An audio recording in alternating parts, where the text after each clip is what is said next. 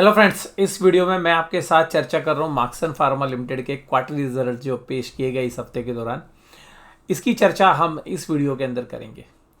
और सबसे खास बात यह कि मार्क्सन फार्मा हम काफ़ी समय से जो है कवर करते हुए जा रहे हैं। हालांकि मैं किसी भी तरीके की बाय या सेल रिकमेंडेशन आपको नहीं कर रहा हूँ, केवल और केवल हम रिजल्ट एनालिसिस कर रहे हैं। जहाँ तक डिस्क्लोजर की बात है, अभी मैं मार्क्सन फार्मा ओन नहीं करता हूँ। तो मार्क्सन फार्मा का जो शेयर प्राइस है वो 176.90 है और तकरीबन 35% की जो है डाउनफॉल जो है इस शेयर्स में देखने के लिए मिला है पिछले एक साल में। और कुल मिलाकर अगर हम 6 महीने की भी बात करें तो तकरीबन 18% ये शेयर्स जो है नीचे चल रहा है जो 6 महीने पहले प्राइस थे। इसके साथ अगर हम क्वार्टरली रिजल्ट्स की बात करें तो जहाँ तक रिजल्ट को नटशेल अगर हम बात करें तो मुझे रिजल्ट काफ़ी अच्छे लगे हैं। और उस रिज़ल्ट का अच्छा लगना क्यों मुझे अच्छा लगा वो आपको भी वीडियो के अगले हिस्से में बताएंगे। तो देखिएगा, यहाँ पे सबसे खास बात ये कि जो 754 करोड़ की सेल्स थी वो अगर हम पिछले साल के सेम जो क्वार्टर है उससे देखिएगा, मैं पिछले क्वार्टर को सितंबर क्वार्टर को ज़्यादा तरजीह देता नहीं हूँ, क्योंकि जो ड्रग्स का जो काम है वो पर्टिकुलरली एक सीजनल ड्रग्स हैं और ये ओवर द काउंटर ड्रग्स के अंदर जो है एक जानी मानी कंपनी है। यानी कि हम ये कह सकते हैं आम भाषा में कि एक जेनरिक कंपनी है जो कि branded over the counter drugs भी बेचती है और कुछ हिस्सा जो है प्रिस्क्रिप्शन ड्रग्स का भी है। प्रिस्क्रिप्शन ड्रग्स वो ड्रग्स होती हैं जो कि ब्रांड नेम से बिकती हैं और जो डॉक्टर्स प्रेस्क्राइब करते हैं वो पर्ची के ऊपर जो नाम लिखा होता है वो जो आप खरीदते हैं। और अगर वो सोल्ट लिखते हैं कि भाई किसी ये जेनरिक सोल्ट लिख दिया तो वो आप किसी भी कंपनी की ले सकते हैं। तो जनरली डॉक्टर्स जो है ब्रांड का लिखते हैं इंडिया में तो, लेकिन इंडिया के बाहर कुछ कंट्रीज है जहाँ पर आपको केवल जेनरिक नेम लिखा होता है और फिर आप वो चाहे ब्रांडेड लीजिए चाहे अनब्रांडेड लीजिए यानी कि जेनरिक लीजिए, तो जिस भी तरीके की ग्राहक की मर्जी होती है वो उस तरीके की ड्रग्स लेता है क्योंकि वो जेनरिक नेम प्रेस्क्राइब करते हैं। हमारे यहाँ पे इंडिया में जनरली ब्रांड नेम लिखा जाता है। तो यहाँ पर अगर हम बात करें तो ये जो कंपनी है ये majorly over the counter drugs बेचती है। हम ये कह सकते हैं हम बोलचाल की भाषा में कि ये जेनरिक ड्रग्स बेचती है और जेनरिक ड्रग्स में भी कुछ हिस्सा ब्रांडेड है और कुछ अनब्रांडेड है। इसके अलावा जो प्रिस्क्रिप्शन ड्रग्स है यानी कि जो खाली डॉक्टर ही लिख सकते हैं वो ड्रग्स ये बेचते हैं। ओवर द काउंटर ड्रग्स वो ड्रग्स होती हैं जिनके लिए डॉक्टर्स के प्रिस्क्रिप्शन की ज़रूरत नहीं है। तो इंडिया के बाहर बहुत सारी जो कंट्रीज़ हैं वहाँ पर डॉक्टर के प्रिस्क्रिप्शन के बगैर भी ड्रग्स जो है रिटेल स्टोर या डिपार्टमेंटल स्टोर्स पर मिलती हैं। उन ड्रग्स को ओवर द काउंटर ड्रग्स बोला जाता है। अब अगर हम यहाँ पर इस कंपनी के रिजल्ट की अगर हम बात करें तो देखिएगा, सेल्स आपको बड़ी इंप्रेसिव लगेगी। कहाँ आप 682 करोड़ की सेल कर रहे थे और अब आप 754 की। और यहाँ पर मुझे सबसे जो इंप्रेसिव लगा वो लगा ऑपरेटिंग मार्जिन। ये कंपनी 20% का ऑपरेटिंग मार्जिन था सेम क्वार्टर में, 21 और पिछले चारों क्वार्टर के अंदर जो सबसे बेस्ट ऑपरेटिंग मार्जिन हैं वो इस कंपनी ने दिखाए हैं। तो देखिएगा, एक तकरीबन 2023-24 में ये कंपनी 22-23% के आसपास का ऑपरेटिंग प्रॉफिट मार्जिन डालती थी, लेकिन अभी पिछले 3 क्वार्टर से जो है ये अब नीचे डिक्लाइन करती हुई जा रही थी। तो अभी देखिएगा ये दोबारा से 21% के प्रॉफिट मार्जिन पर पहुंची है। जहाँ तक प्रॉफिटेबिलिटी की बात करें तो 105 था, वो 114 है। तो एक मॉडरेट जो है ग्रोथ हमें देखने के लिए मिली है। तो ₹2.31 की ईपीएस थी जो ₹2.5 हो गई। और अगर हम इस वीडियो के अगले हिस्से में आपसे जो बात करेंगे वो जनरली हम इन्वेस्टर प्रेजेंटेशन की बात करेंगे कि जो इन्वेस्टर प्रेजेंटेशन है और ये कंपनी के क्वार्टरली रिजल्ट्स हैं। तो क्वार्टरली रिजल्ट्स में एक चीज़ जो मैं आपको फोकस में बताऊंगा कि इस बार कंपनी ने माल कंज्यूम्ड करके यानी कि जो माल बनाकर ज़्यादा बेचा है और ट्रेड के अंदर यानी कि खरीद कर जो बेचते हैं वो मात्रा काफ़ी कम है। तो अल्टीमेटली मैन्युफैक्चरिंग पे फोकस रहा है। उसके बाद अगर हम मार्क सल्धाना की बात करें तो वो क्या कह रहे हैं, वो कह रहे हैं कि देखिएगा 10.6% जो है आपने ऑपरेटिंग रेवेन्यू जो है जनरेट करके दिया है, बढ़ा के दिया है। और हमारा जो ईबीटा मार्जिन है वो 21.3% है, जो मैं पीछे चर्चा भी कर चुका हूँ।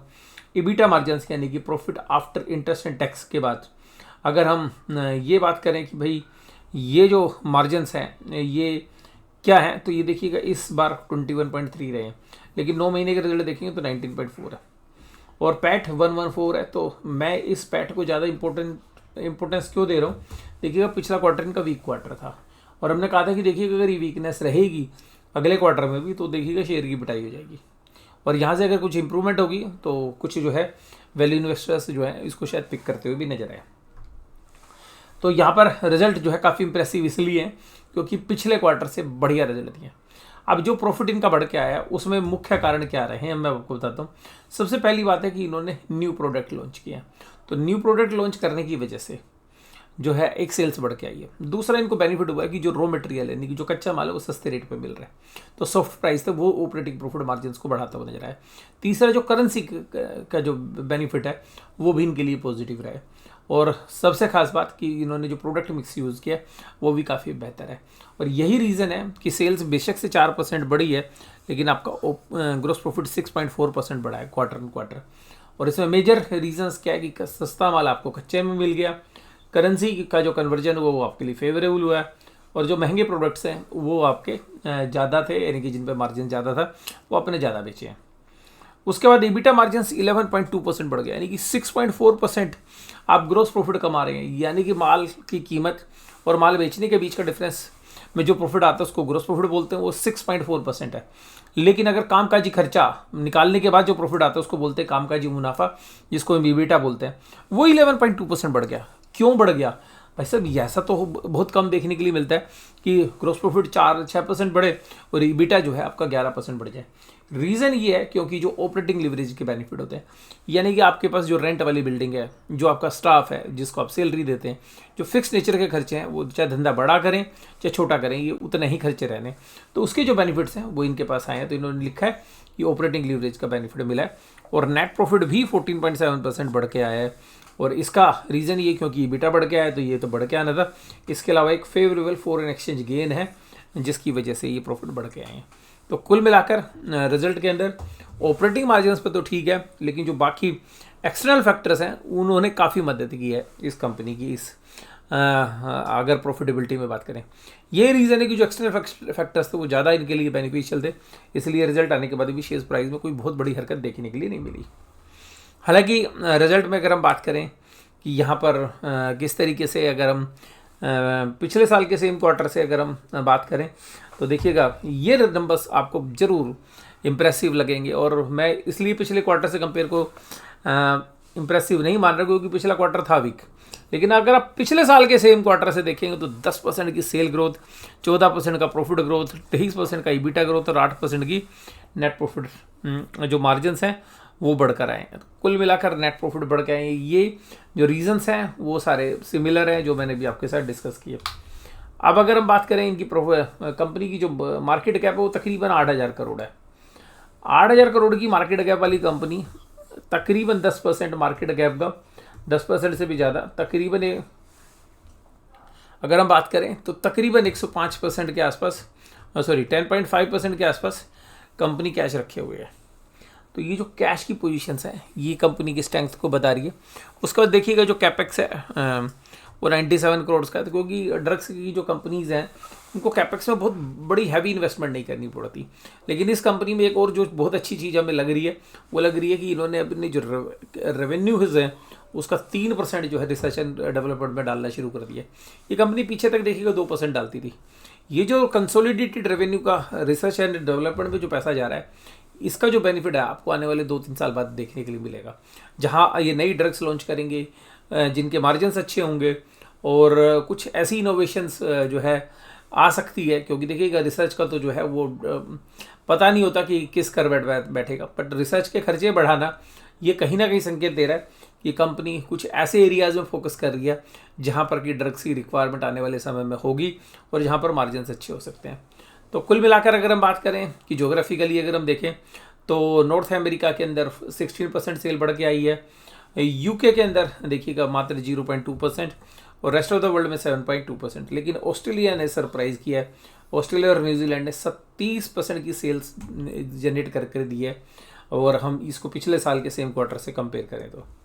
उसके बाद अगर हम बात करें यहाँ पर ऑपरेटिंग रेवेन्यूज़ की तो ऑपरेटिंग रेवेन्यूज़ बढ़ के आए हैं। ऑपरेटिंग मार्जिन्स अगर हम ग्रोस प्रॉफिट मार्जिन्स देखेंगे तो 58% पे हैं, काफ़ी बेहतर है। नेट इनकम्स भी अगर नेट प्रॉफिट मार्जिन देखें 14.7% पे। तो कुल मिलाकर काफ़ी इंप्रेसिव नंबर्स हैं।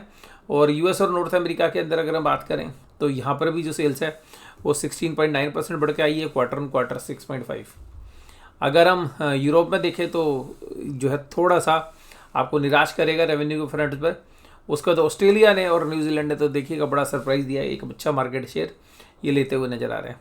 कंपनी के अगर मार्जिन्स की मैं सब बात करूं तो यूएस के अंदर तो हालांकि बहुत बड़ी कंपनी नहीं मानी जाएगी, लेकिन यूके में टॉप 5 कंपनीज़ के अंदर ये शुमार है। ज़्यादातर इनके जो प्लांट्स हैं वो यूएस एफडीए से जनरली अप्रूव है, जहाँ पे यूएस को सप्लाई करते हैं ये। और over the counter drugs market जो है वो काफ़ी तेज़ी से बढ़ रही है। और ये कंपनी का भी अगर हम रेवेन्यू ग्रोथ देखें पिछले 5 साल का, तो ये 17% से ऊपर जो है ग्रोथ करते हुए नज़र आ रहे हैं। उसके बाद अगर इनकी मैन्युफैक्चरिंग कैपेबिलिटीज़ की बात करें तो यूएसए के अंदर जो कैपेबिलिटीज़ है वहाँ 6 बिलियन टैबलेट्स बनाते हैं। उसके बाद जो मेजर सप्लाई है इसकी यूएसए में ही होती है। उसके बाद जो इंडिया वाला प्लांट है इसको ये यूएस एफडीए से भी, एमएचआरए से भी और जो बाकी अथॉरिटीज़ है वहाँ से भी पास है। तो इसका मतलब इसके ड्रग्स आप ऑस्ट्रेलिया भेज सकते हो, यूके भेज सकते हो और यूएसए तो भेज ही सकते हो।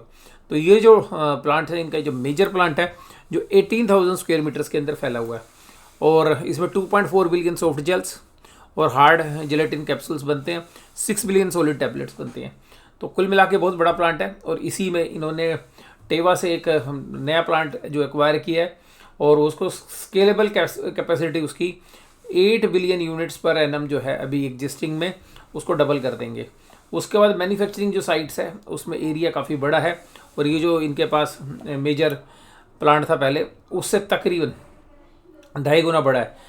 Plant two manufacturing tablets, ointments, liquids and creams. तो ये देखिएगा ये जब चलना शुरू होगा तो आपको इनके प्रॉफिटेबिलिटी में और 4 चांद लगते हुए नजर आएंगे। R&D कैपेबिलिटीज़ में देखिएगा 3% का खर्चा इनका होने लगा है। ये जो है एक पॉजिटिव संकेत है, लेकिन ये अभी नहीं, आने वाले समय में कंपनी के प्रोडक्ट लाइंस सब बहुत बेहतर तरीके से काम कर रही हैं। उसके बाद EBITDA मार्जिन्स देखिएगा अब 20% पे है, तो मार्जिन्स में भी इम्प्रूवमेंट आई। और ये जो कंपनीज़ हैं जिनके माध्यम से कंपनी काम करती है, तो नोवा जो है ऑस्ट्रेलिया में काम करती है। और उसके बाद अगर हम देखें वेल्स यूके में, रेलोन कैम यूके के अंदर, टाइम्स कैपिटल जो है यूएसए के अंदर और यूएई में AHC।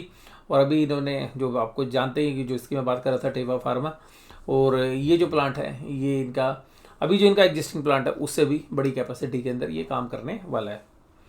तो आज की इस वीडियो में बस केवल इतना ही। सर कुछ चर्चा तो कर लो और डिस्कस तो कर दो, आपको प्राइस के बारे में क्या लग रहा है।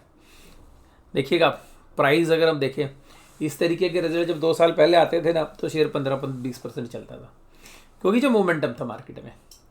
अभी मार्केट में मोमेंटम नहीं है।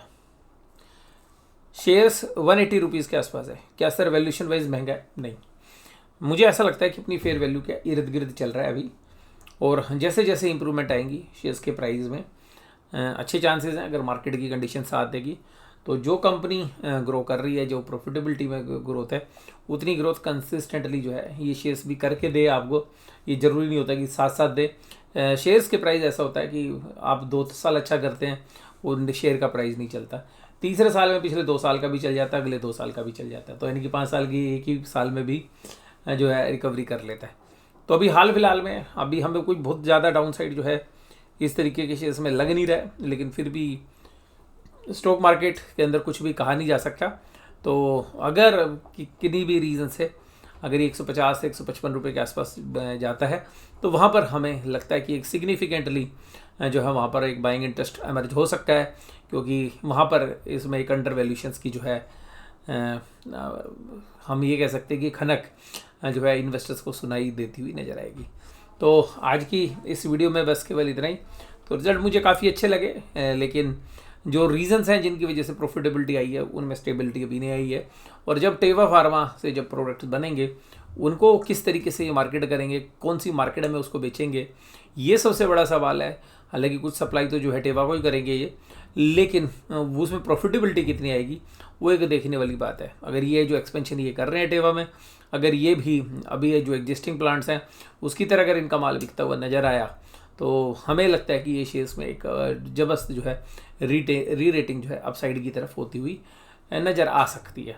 बट एज ए डिस्क्लोजर कोई भी बाय या सेल रिकमेंडेशन नहीं है, ना तो मैं इसमें निवेश किया हुआ है अभी और ना जो है मेरी फैमिली मेम्बर्स।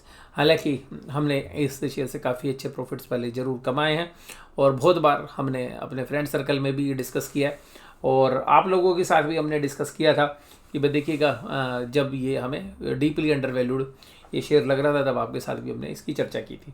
तो आज की इस वीडियो में बस केवल इतना ही। तो सर आगे की चर्चा चांदी की चर्चा कब करोगे आप? तो देखिएगा चांदी की चर्चा हम करेंगे लेकिन कल करेंगे।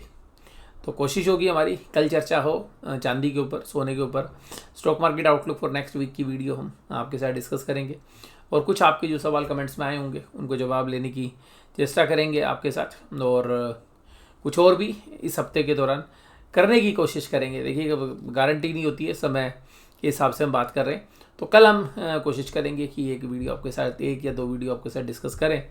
एक मेन फोरम पे आएगी, एक अल्फा फोरम पे जो है हम वीडियो डालने की चेष्टा करेंगे, और सिमिलरली हम एक कोशिश करेंगे संडे में भी एक वीडियो आपके साथ डिस्कस की जाए। तो आज की इस वीडियो में बस केवल इतने। वीडियो में जुड़े रहने के लिए आपका बहुत बहुत धन्यवाद। Thank you very much.